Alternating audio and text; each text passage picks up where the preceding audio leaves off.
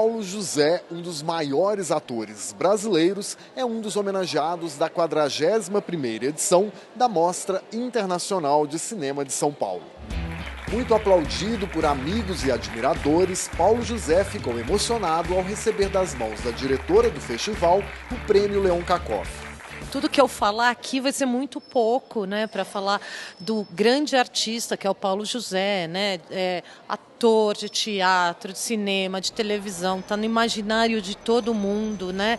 Mas a desculpa foi que temos um filme que chama Todos os Paulos do Mundo, um título excelente, né, que dá ideia de que artista abrangente que ele é, né, e também os 80 anos do Paulo, né.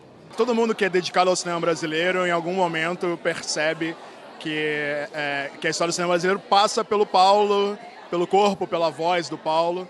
Mas é assim que a gente conversou a primeira vez, a ideia era fazer um filme de montagem, um filme em que a gente pudesse usar tudo isso que o Paulo fez, os mais de 40 filmes, novela, teatro, e tentar perceber ali no que ele já tinha feito, nos registros dele, algo que pudesse contar a própria história, às vezes até a revelia de uma certa biografia. Esse filme, para quem vai assistir, é um filme, em termos de biografia do cinema brasileiro, ele é um pouco diferente, assim. O grande lance é que a gente usa da ficção para fazer o documentário. Não tem entrevista, não tem... na verdade, é quase o antidocumentário. É um caleidoscópio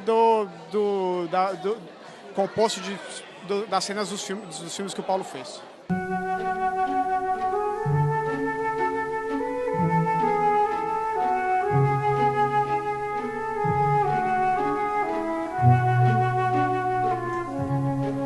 Sabe esse prêmio automático que tem do Fundo Setorial, que você ganha por conta da performance de um filme seu anterior? A Bananeira tinha um dinheiro e eu resolvi gastar esse dinheiro dando esse filme de presente para o Paulo. E aí tem uma grana do Canal Brasil, uma graninha da Globo Filmes. O próprio Canal Brasil e a própria Globo Filmes também conhecem o Paulo a vida inteira e amam o Paulo também. Então é filme de amor. Eu acho que o Paulo ele conseguiu uma coisa que é rara num ator. Ele tem um timing que é só dele, ele é uma pessoa extremamente observadora, ele é um excelente diretor, vamos dizer, e que tem um amor à arte e às artes visuais, de uma certa maneira, impressionante, e mergulhou dentro delas todas. Então, o que mais posso dizer? E é lindo! A homenagem a Paulo José também contou com a exibição de 3 filmes estrelados por ele no Vão Livre do MASP. O Homem Nu, de Roberto Santos, e 2 filmes de Joaquim Pedro de Andrade, Macunaíma e O Padre e a Moça, todos eles restaurados pela Cinemateca Brasileira.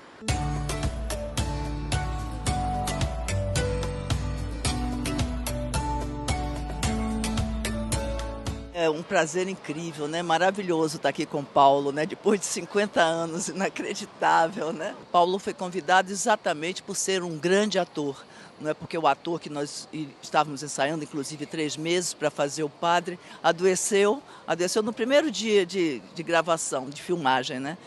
E aí, quem seria aquele ator extraordinário que poderia fazer de estalo esse papel do Padre? E aí foi Paulo José. Marina, você quer mesmo casar com ele? Quero. Este ano, 6 filmes brasileiros foram selecionados para a competição Novos Diretores, que reúne trabalhos de realizadores de diferentes partes do mundo que tenham dirigido apenas 1 ou 2 longas. Será que as pessoas vão entender? Ah, claro que sim. Polígamos, poligamia. Antes que eu me esqueça, né, é uma história de um senhor que perto dos seus 80 anos a família começa a perceber que ele está começando a perder a memória, começa a ficar preocupado com ele, e ele, no impulso de viver os últimos momentos, resolve virar sócio de uma boate de striptease que fica na rua dele. E é lá que ele vai encontrar realmente os amigos e o carinho das outras pessoas, e vai se reaproximar do filho, que é o Danton Mello, que é um pianista, né, que está tentando retomar a carreira. É um pouco essa história. O organismo apresenta as reflexões de um jovem tetraplégico que se vê sozinho em casa após a morte fulminante da mãe. É um filme muito mais universal do que temático ou do que voltado para um segmento. Ele parte, sim, da premissa de um rapaz tetraplégico numa cadeira de rodas, mas ele trata das questões mais existenciais, mais humanas, a desconstrução dessa imagem cultural do macho. Eu assistia, ouvia, conversava muito com jovens lesionados e as histórias se repetiam sempre em torno dessas questões, principalmente da questão sexual. Inspirado em eventos reais, Foro Íntimo acompanha a vida de um juiz por 24 horas.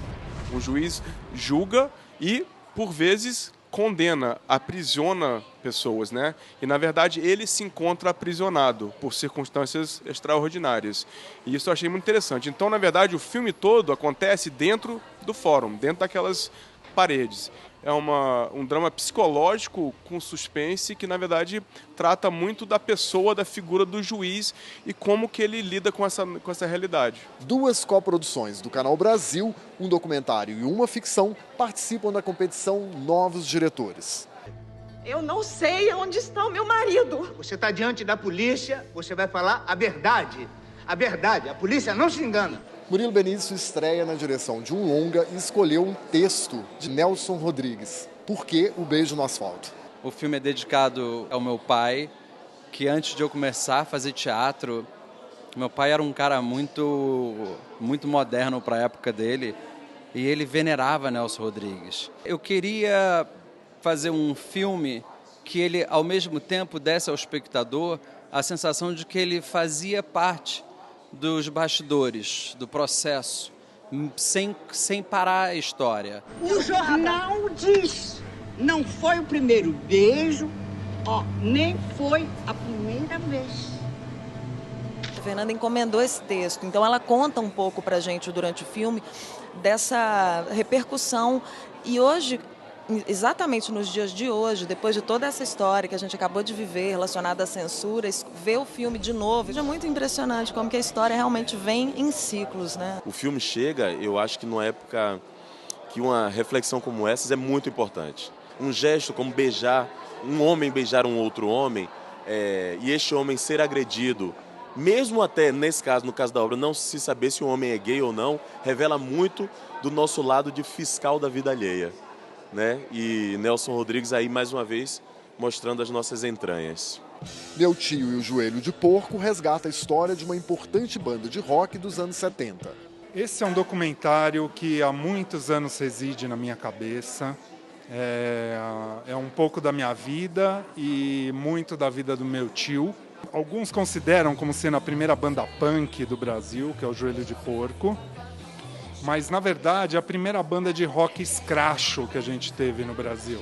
Se vocês pegarem o último disco do Joelho de Porco, que chama 18 Anos Sem Sucesso, tem uma música que chama de Véu e Grinalda. E os autores dessa música são meu tio, Tico Terpins, e o Leon Kakoff. E no filme tem imagens da primeira formação do Joelho com o Leon Kakoff ainda. Então não tinha como eu não estar apresentando esse filme na Mostra de Cinema de São Paulo, sabe? É uma homenagem para a amizade desses 2 sonhadores. Debaixo das palmeiras. Outro documentário presente na competição Novos Diretores é Aqualoucos. Que personagens são esses?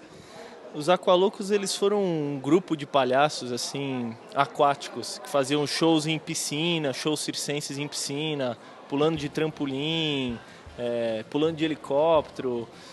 Viveram ali meio que na década de 60 até o fim dos anos 80. Eu decidi contar essa história porque eu sou filho de um aqualouco importante, que é o Caçarola. E eu vivi a minha juventude, minha infância inteira com meu pai contando essas histórias assim.